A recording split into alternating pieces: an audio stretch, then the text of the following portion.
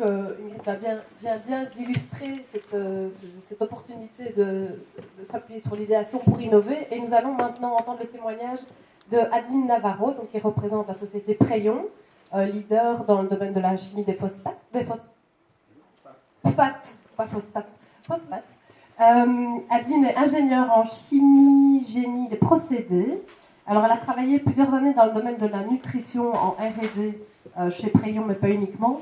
Et puis, au sein de Preyon, elle a assumé différentes fonctions, mais elle est en tout cas au sein du service innovation depuis 2015. Et ce service, aujourd'hui, a fusionné avec le service stratégique marketing, et donc un positionnement nouveau aussi. Voilà, elle va partager son expérience avec vous.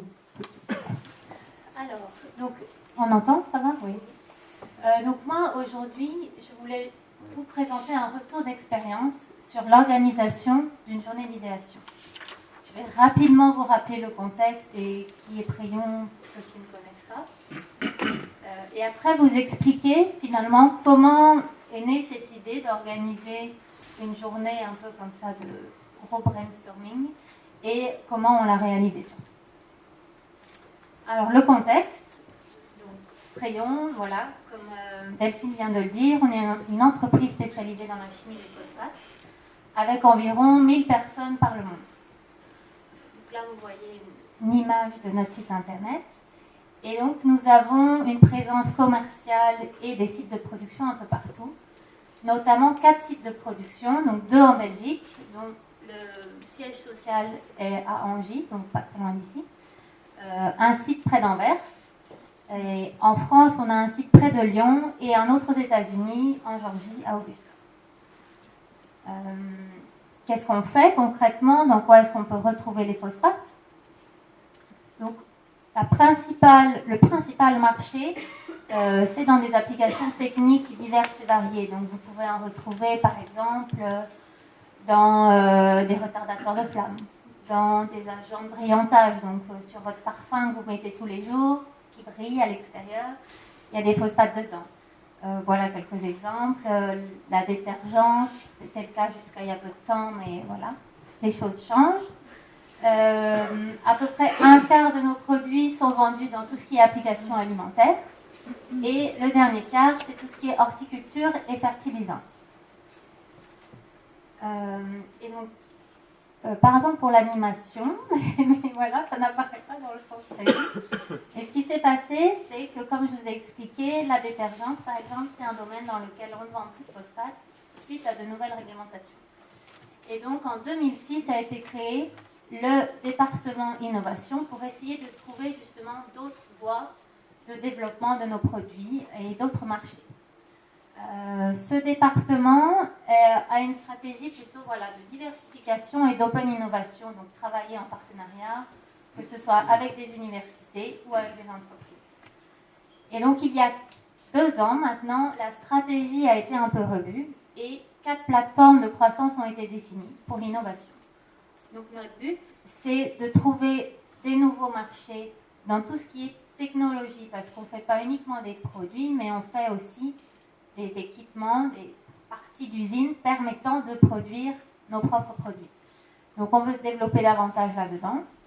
Et après, dans les marchés de l'agriculture, mais plus de précision cette fois-ci, dans l'alimentaire, donc tout ce qui est additif alimentaire, et enfin dans diverses applications techniques, mais plus de niche. Donc on arrive à la phase initiale de la journée d'idéation. Donc en fait, comme Delphine l'a dit, donc moi depuis 2015, je fais partie du service innovation. Et il m'avait été un petit peu confié la mission d'étudier la culture d'innovation chez Preyon. Donc c'était la phase initiale en fait de notre projet de brainstorming.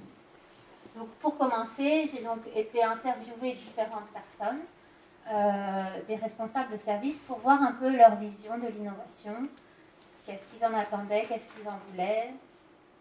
Et en fait, le constat, ça a été que forcément, chaque personne de chaque service a une vision différente et des besoins différents aussi. Mais ce qui était positif, c'est qu'il y avait quand même une idée qui restait commune, c'était un besoin de plus de transversalité entre les différents services, pour mieux communiquer, mieux savoir un petit peu les idées que chacun avait. Donc c'est de là qu'on s'est dit, bah tiens, pourquoi pas essayer d'organiser une journée d'idéation chez Prey. Pour l'organiser, on a quand même beaucoup réfléchi avant, parce que voilà, on savait qu'on pouvait le faire, mais il ne fallait pas trop se louper. Donc, on s'est dit, ben voilà, je ne sais pas si vous connaissez, on a fait un peu une matrice SWOT, c'est-à-dire analyser un petit peu les côtés positifs et négatifs d'organiser ça chez nous. Donc, les principales choses positives qui sont ressorties, on s'est dit, ben, c'est typiquement un exercice de transversalité de faire comme ça une journée d'idéation. Donc, on rentre un petit peu dans les besoins de chaque service. Et en même temps, ça peut permettre de rendre une certaine visibilité du service innovation sur un sujet qu'on n'a pas l'habitude de traiter comme ça, avec une journée d'idéation. Les points négatifs, c'était plus, ben voilà, on est une grosse entreprise de chimie lourde, et donc il y a quand même une résistance au changement. Donc là, c'était amener un changement. Et en même temps, donc on a choisi un domaine et un sujet sur lequel on avait peu de connaissances en interne. Alors on s'est dit, allez, c'est pas grave, on va essayer. Et notamment ce dernier point, pour organiser la journée d'idéation, on l'a creusé quand même. On a approfondi le domaine, étudié les marchés, les clients, les acteurs, toutes les tendances. Donc un peu, comme disait Ingrid, pour s'inspirer. On est allé rencontrer des clients, pour voir un petit peu quels étaient les besoins quand même et ne pas faire ça en partant de rien. Donc, la journée d'idéation à proprement parler. Donc, on n'a pas fait ça tout seul. On s'est aidé d'un consultant, donc qui lui était expert à la fois en management de l'innovation, mais aussi management de la propriété intellectuelle. Pourquoi ? Parce que en fait, on voulait que ce soit quelque chose de concret, qu'on ne reste pas juste dans les idées, on a passé une journée sympa et après quoi. Et comme il y a de ça un mois, je faisais partie du service innovation et IP, donc ça avait tout ce sens d'avoir une personne qui s'y connaisse aussi dans tout ce qui était brevet. Et donc il nous a un petit peu aiguillés et donné des conseils. Les principaux conseils qu'il nous a donnés, c'était déjà bien définir la question de la journée d'idéation. Donc pour ça, on a regroupé des chefs de service qui travaillent sur le sujet. Et donc on a bien cerné la question et on a volontairement défini une question assez large pour la première fois. Il fallait faire attention aux mails d'invitation, qui soient motivants et qui donnent envie de venir aux personnes. Essayer le jour J de créer une ambiance agréable et confortable. Donc pour ça, on a, chacun devait se présenter d'une façon un peu originale. Tout le monde se tutoyait, pas qu'il y ait de soucis. Et on a fait une activité un petit peu en lien avec le sujet. Il fallait bien sélectionner la technique de brainstorming, ça je vous en parlerai après, mais ça il nous a aidé à la sélectionner. Et pour lui, il fallait maximum 10 personnes pour que ça se passe bien. On n'y est pas arrivé, on était 17 quand même. Mais ça a été. Et donc on était à peu près 15 personnes internes à l'entreprise et 2 personnes externes, qui étaient des bons contacts, soit du service commercial, soit du service innovation. Et en fait, pour sélectionner, entre guillemets, ces 15 personnes, on s'est basé sur des critères aussi que le consultant nous avait conseillé, donc de prendre des personnes qui sont plutôt positives en général, que ce soit dans la vie, mais aussi sur l'avenir de la société. Différents niveaux hiérarchiques, surtout, faire varier. Donc nous, on est allé de l'ouvrier et du représentant syndical jusqu'au directeur. D'où l'importance de se tutoyer le jour J pour ne pas marquer de différence par rapport à ces niveaux. Différentes fonctions, donc on a essayé de prendre vraiment des personnes de chaque service et avoir différents caractères aussi.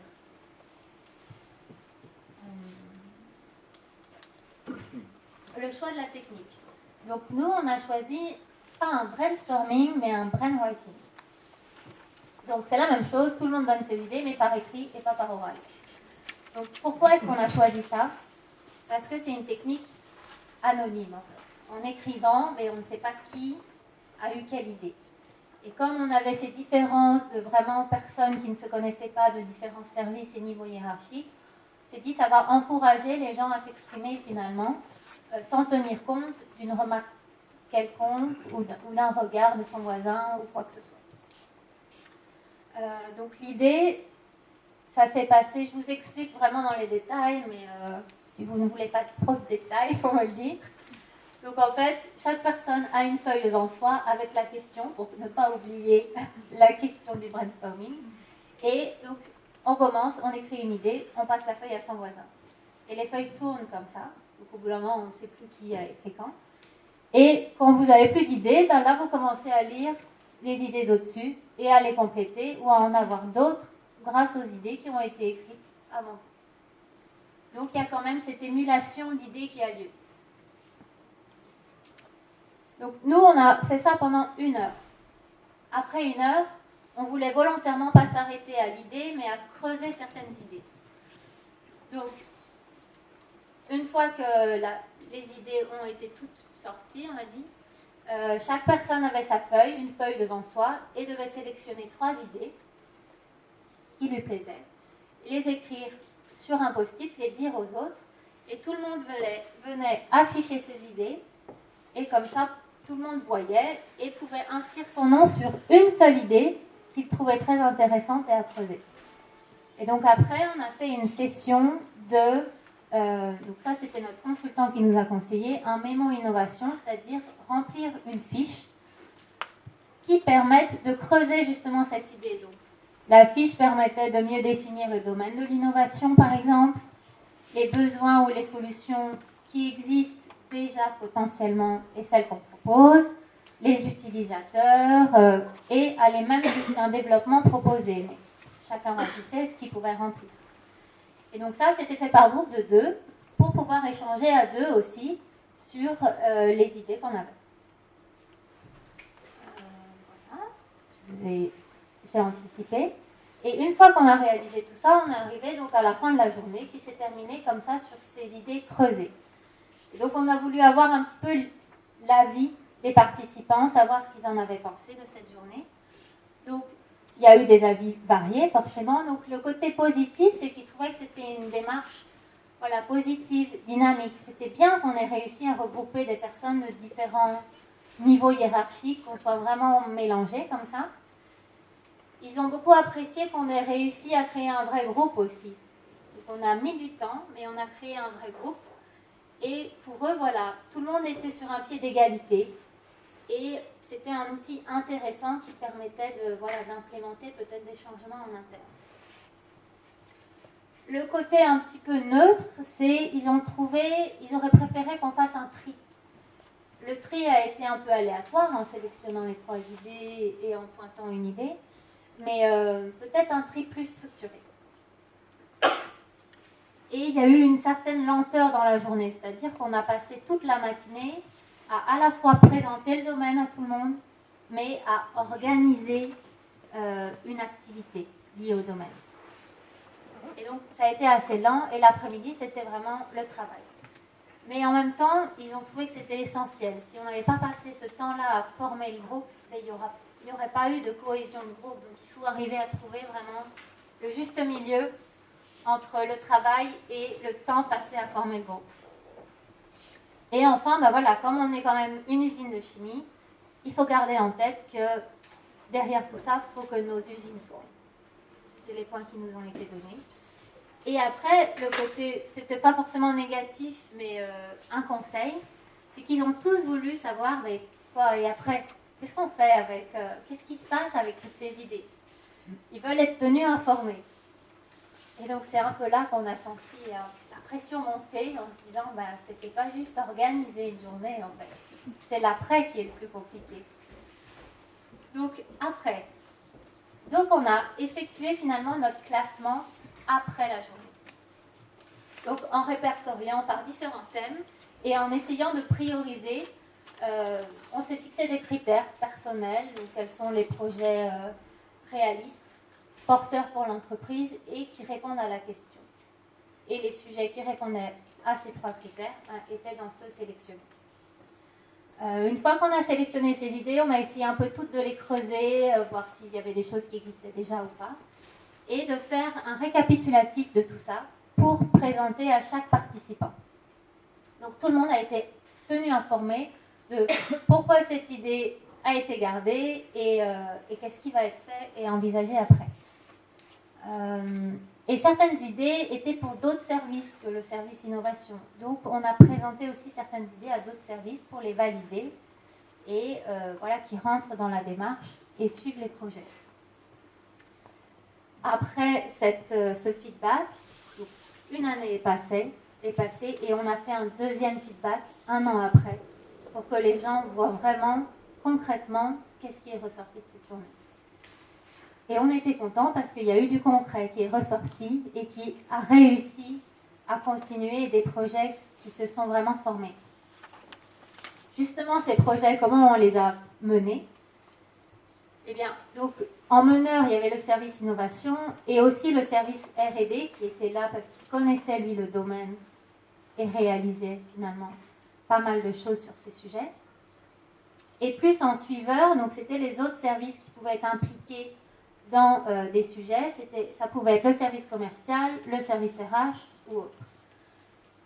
La difficulté qu'on a rencontrée, on aurait aimé équilibrer cette balance et que finalement, à un moment, ce ne soit plus l'innovation qui porte le projet, mais qui soit portée par le service attitré au projet. On a eu du mal, mais malgré tout, qu'est-ce qu'il en est ressorti concrètement de notre journée? Donc on a eu 2 projets plus d'entreprises qui ont été créées. Donc d'entreprises parce que finalement, on a réussi à impliquer tout le personnel potentiellement dans ces projets. Et c'était le but. Vu que notre question était large, on voulait des choses motivantes pour tout le monde. Donc voilà, le but de motiver le personnel. Et aussi, on a pu valider une méthode. Donc ce brainwriting, on a vu que ça fonctionnait pour notre entreprise et que ça pouvait être réutilisé. Et qui pouvait être applicable dans d'autres domaines, pourquoi pas même au cours d'une simple réunion finalement. Les enseignements qu'on a tirés de cette journée. Donc on avait fait une question très large, on aurait pu être plus spécifique. Ça aurait peut-être mieux recentré les idées. Le timing était assez soft et voilà, mais volontairement. Mais après coup, on s'est dit on aurait pu faire un timing un peu plus serré et plus carré justement, parce que parfois mettre un peu la pression sur les gens, eh ben c'est efficace finalement et ça peut générer des idées. Des idées nouvelles qui ne seraient peut-être pas arrivées finalement. Avoir des experts du domaine avec nous. Nous, on a été rencontrer un peu des acteurs du domaine, mais on n'avait pas d'experts vraiment, ça aurait pu être intéressant. Réaliser des interviews, comme Ingrid le disait. On a été interviewer des clients, mais pourquoi pas interviewer un acteur vraiment du marché ou un artisan, par exemple, des choses comme ça. Nos critères de brainstorming, nous, on les a fixés finalement après la journée. Il vaut mieux les avoir en tête avant. Après, à choisir si on préfère les dire avant que le brainstorming commence ou après. Ça dépend vraiment si on veut avoir des idées ouvertes ou vraiment recentrer sur l'objectif. Les sélectionner ensemble, on a fait la sélection nous après. Il vaudrait mieux la faire avec le groupe. Et comme ça permet de creuser des sujets qui font partie des sujets sélectionnés aussi. Nous, finalement, on a creusé certains sujets qui n'ont pas été sélectionnés. Et l'idéal, c'est d'attribuer ce jour-là des porteurs de projets qui sont forcément motivés par l'idée et qui vont la faire porter et croître dans l'entreprise. Et enfin, pour nous, c'était essentiel d'être 2 personnes pour l'animation. Parce que, voilà, il faut gérer plusieurs choses, prendre des notes, et c'est toujours beaucoup plus facile d'être 2. Et voilà.